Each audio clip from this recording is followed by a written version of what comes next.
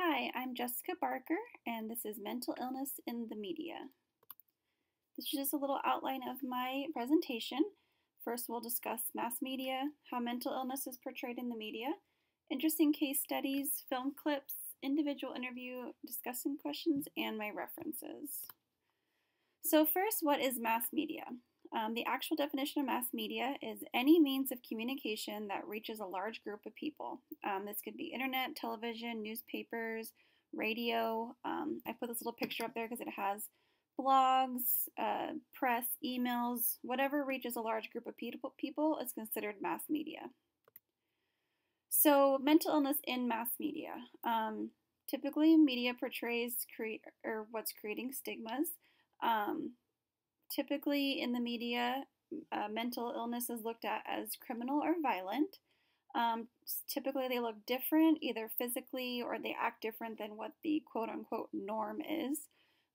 They can act childish or silly. And also they portray all mental illnesses are severe or all alike. When they just use the broad term mental illness, and then they have this person portraying a mental illness, they don't specify if it's schizophrenia, bipolar, PTSD.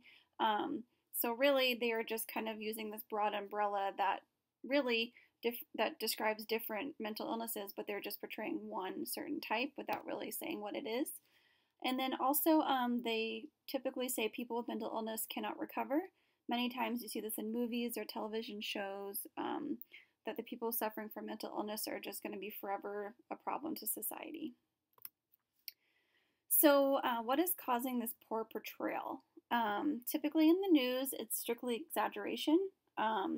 When there's a crime committed, it's more exaggerated to say that the perpetrator suffered from mental illness, thus creating more ratings or making the story seem more, juicy. It just really adds unnecessary drama to a story. Same in the TV and movies. If you see an escaped mental patient or, the killer who's on the loose is, a schizophrenic, and it just adds drama to these fictional characters when really it's unnecessary, but it really just seems to put kind of a sense of, watchability for the audience. And lastly, just continuing familiar ideas of mental illness. We've had the stigma of mental illness in the media for years and years and years, and now it's just kind of familiar. It's just kind of done without even really taking a second thought to whether or not it is damaging the ideas of mental illness or creating and continuing a stigma. So I found a lot of interesting studies, but these two I found particularly interesting. The first one was conducted by Dara Edney. She kind of wanted to see where the public's knowledge of mental illness was originating, and she found her top response was 70% of mental illness information is through the television. So people who really have no idea about mental illness or people that suffer from it, they're getting most of their information about mental illness through the television, whether it be sitcoms, crime shows, movies, the news. So that's kind of scary to think that mental illness is being portrayed in such a negative light. And yeah, this is sometimes the only exposure people have to mental illness. The second study was conducted by Donald L. Diefenbach. He was examining mental ill characters within fictional characters. So looking at TV shows, movies, more fictionally based characters, and he concluded that a majority of mentally ill characters are portrayed as murderers or other type of criminals. He found that the study he conducted was 127 mentally ill characters, and 64% of them were criminals in the show or TV show or movie that he was studying, essentially. So once again, just kind of going along with that criminal or violent stigma placed onto mental illness in the media. And that study right there shows exactly, the problem is that mental illness, if they are even in the storyline, are typically, the antagonist or the criminal. So these two clips, for my interview, I interviewed someone who suffers from bipolar himself. For the sake of the interview, he did not want to be named or videotaped because he does have children that attend the university, and he didn't want to cause any embarrassment if anyone were to see this. So I told him I would leave his name off of it. But I showed him these two clips to kind of show him firsthand what bipolar looks like in some media outlets. The first clip is from a really popular movie called Silver Lining Playbook. I've seen the movie. I personally like the movie. He also said that he likes the movie, but I picked a clip from it that could be shown in a negative light. So I'm going to go ahead and play that for you guys real quick. And I apologize, there is some foul language, but I think it kind of adds to the amount of freak out that they show. And also there's probably an ad in the YouTube video, so I apologize for that as well. At Outback, steak and unlimited shrimp is back. For a limited time, get unlimited shrimp for just $15.99. Plus, over 70 lunch combos starting at $6.99. It's lunch at last, here at Outback. What? Are you going to my study? Feels to me like you want to hide my wedding video. Think I can't handle it? Please stop yelling. I'm not yelling, Mom. I'm just frustrated because I should have my fucking wedding videos. I already looked all over there. She's not here. I'm not calming down. I don't give a fuck who you are. I'm not calming down. Anybody can wake up. I'm not ashamed of it. I'm not ashamed of it. Let the whole neighborhood wake up. I don't care. So as you can see, they show this man who's in the movie they said has undiagnosed bipolar, and this is his reaction to not being able to find a wedding video, which is something that seems so simple to us, but it seemed to set him off and just kind of, creates a wedge between him and his family, as well as just causes, a big upset in the neighborhood.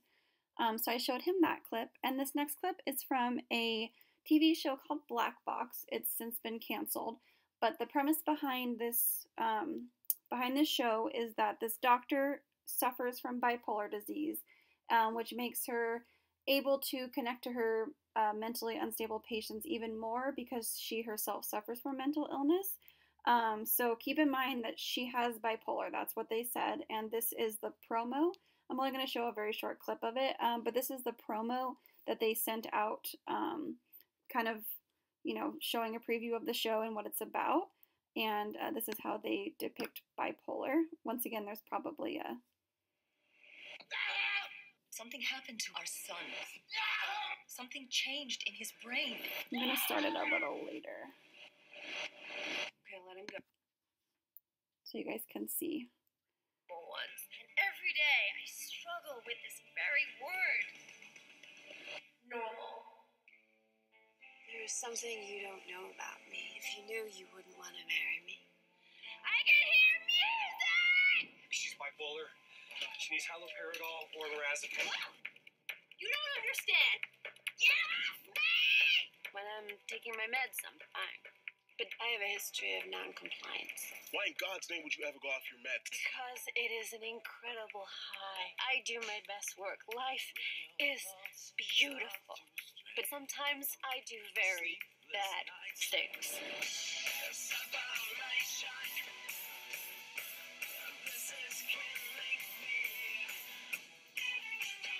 Take my advice and detach.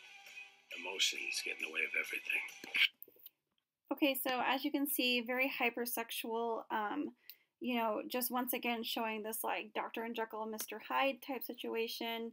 When they're on their meds, they're fine, but when they're off, there are these crazed people who fly off the handle and can't control their emotions. And in her case, it's hypersexual, and it just really promotes kind of a negative spin on bipolar disease. There's many people who live every day with bipolar who don't have these outrageous outbursts or this double life that they're hiding from their family.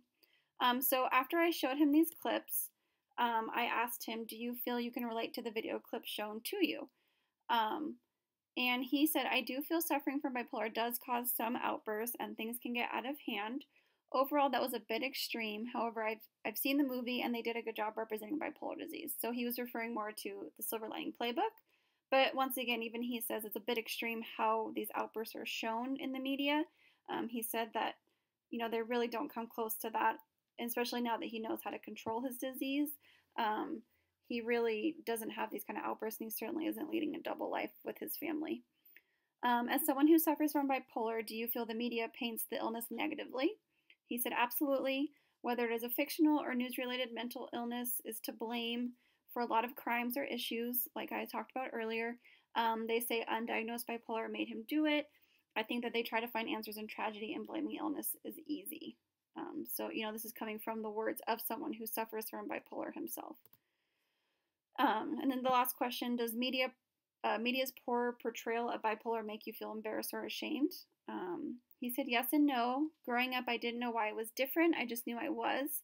When I got older and was diagnosed, it was a relief to know there was a reason behind my weirdness, and he used weirdness in quotations. So I can't say I am ever ashamed, but it does bother me when I see poor representation of bipolar disease on TV or movies, because it makes me think of other people who feel weird or different and how it might make them feel. So once again, seeing it portrayed negatively, although it doesn't make him feel ashamed, but that he might be a rare case, it could make someone who's struggling with these feelings feel embarrassed or ashamed to be who they are. So discussion time.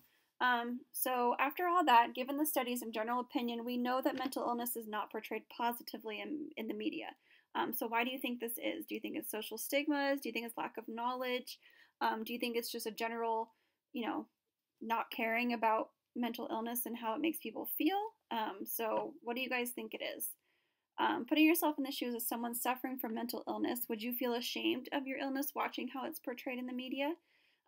Like the man I interviewed said, he himself doesn't feel ashamed, but he worries how it might make someone who isn't understanding their disease as well and how it would make them feel. Finally, how do you feel we can change how mental illness is portrayed in the media? Do you feel there is a simple solution, like if the rule or law or regulation or something came out?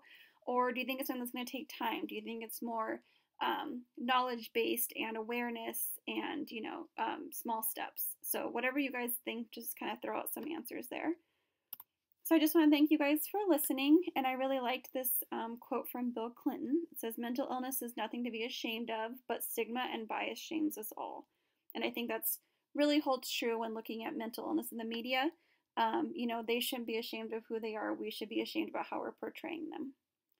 So there's my references, and I appreciate it, and I hope you guys enjoyed it. Thank you.